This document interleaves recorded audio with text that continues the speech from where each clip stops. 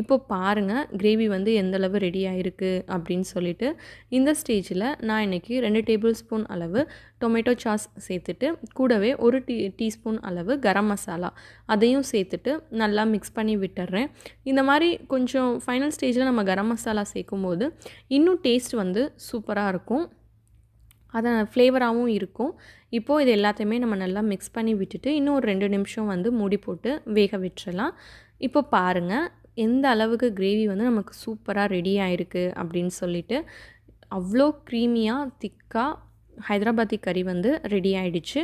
நீங்களும் இதே மாதிரி பண்ணி பார்த்துட்டு டேஸ்ட் எப்படி இருந்தது அப்படின்னு சொல்லி மறக்காமல் கமெண்ட் பண்ணுங்கள். நம்ம யூஷுவலாக செய்கிற கிரேவியை விட இந்த மாதிரி வித்தியாசமாக செஞ்சோம் அப்படின்னா எல்லாருக்குமே ரொம்ப பிடிக்கும். நீங்கள் இதை பண்ணி பார்த்துட்டு எப்படி இருந்தது அப்படின்னு சொல்லி மறக்காமல் கமெண்ட் பண்ணுங்கள். இந்த வீடியோ உங்களுக்கு பிடிச்சிருந்தது அப்படின்னா கீர்த்திஸ் கிச்சனை சப்ஸ்கிரைப் பண்ணுங்கள். தேங்க்யூ.